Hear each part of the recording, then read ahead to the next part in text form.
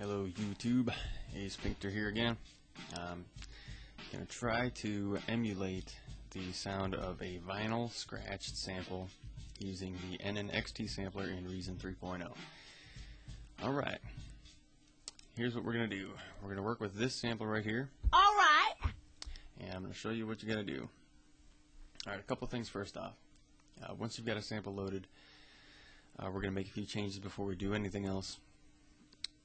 At least before we break up the sample, because there are a few things, such as the mod envelope, which will not carry over, or rather, if we don't do them in the beginning, when we duplicate the zone, they won't be copied, and you can't set them for all the samples with a group select or select all.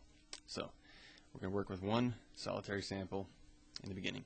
The first thing we're going to do is resize the zone until it's one solitary key.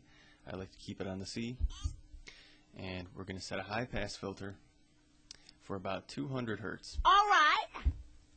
Alright, the pitch bend, I probably say leave that about 5. That's about as far as you want to go.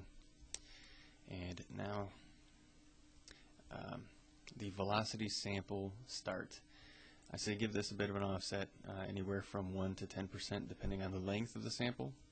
The idea is, since a DJ who's really spinning a sample off of a piece of vinyl is never going to hit the same millisecond of that sample every time, we're going to introduce a bit of inaccuracy deliberately. Alright! So we can chop off the very first part of it. Alright! A little bit too much. Alright! Okay. To give it the sound of a platter, which is the kind of a acceleration deceleration, this is what we're going to do. Take your mod envelope decay, put it all the way up, and take your release to about 5 bars. Same with the attack. Alright! Now right now that doesn't do anything yet. We're going to try and match the release with the amp envelope, so put it about 5 bars. You don't have to be exact. Okay. Now that we've got it kind of arranged in this triangular fashion, here's what we're going to do. Alright! Take your root note. Alright. We're going to skew this up about a whole octave. Alright. Alright, now it sounds terrible. But how we're going to counteract that is with the mod envelope to pitch. And I guess for 1 octave it should be about 1200 cents. So. Alright. There we go. Sounds alright. Alright. Sounds like it should. But notice the very front and the end of the sound have a bit of a squeal to them. Alright. And if I let go too early, you hear it kind of drift away. Alright. What I'm going to do is I'm going to duplicate this zone, slide it over by 1 key, and I'm going to take that effect in the opposite direction. So this time we're going to go 1 octave lower, and we're going to counteract that with the pitch in the opposite direction. Alright! You hear the difference? Alright! This one sounds like the record is just spinning up. And this one sounds like it was grabbed in mid-spin. Notice if you let go too early, it will kind of give a bit of that squeal, as if the record is being dragged. You'll have to tweak your release knob to get this just right. We just want to have a little bit of a squeak. Alright. Alright, now those two sound fairly as if they were grabbed from a vinyl. We're going to do a few things to give us some options here when we actually play these notes. I'm going to duplicate this zone once again. I'm going to set it for backwards. And at this point you can take a bit of liberty here. You'll have to manipulate the end point, because when you're playing in backwards, the end becomes the start.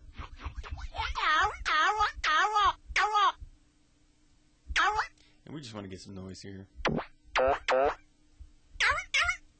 Doesn't really matter how we play with it. Now for the backward sounds, since you can't change the start point, what we can do is change the mod in the opposite direction. And what we want to do is we just want to make sure that when we hit the key, it very rarely sounds the same twice. Now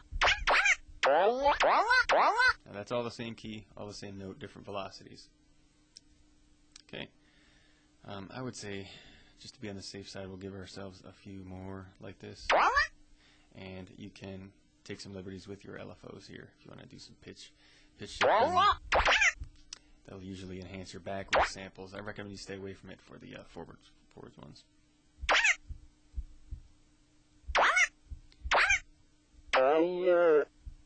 Same thing. I'm going to go in the opposite direction here.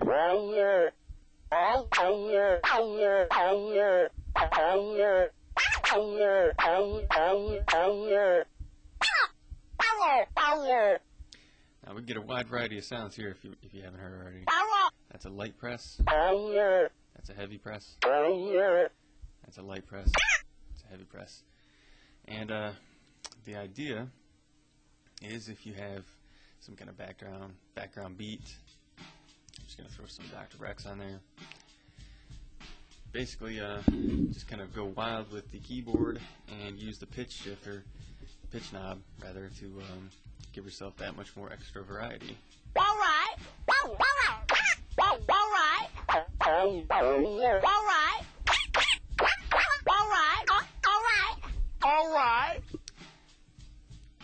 Not too bad. It does sound, I think it sounds best with vocals, but that is the general idea. I'll go over it once again. Start with a single sample. Have your mod envelope like this.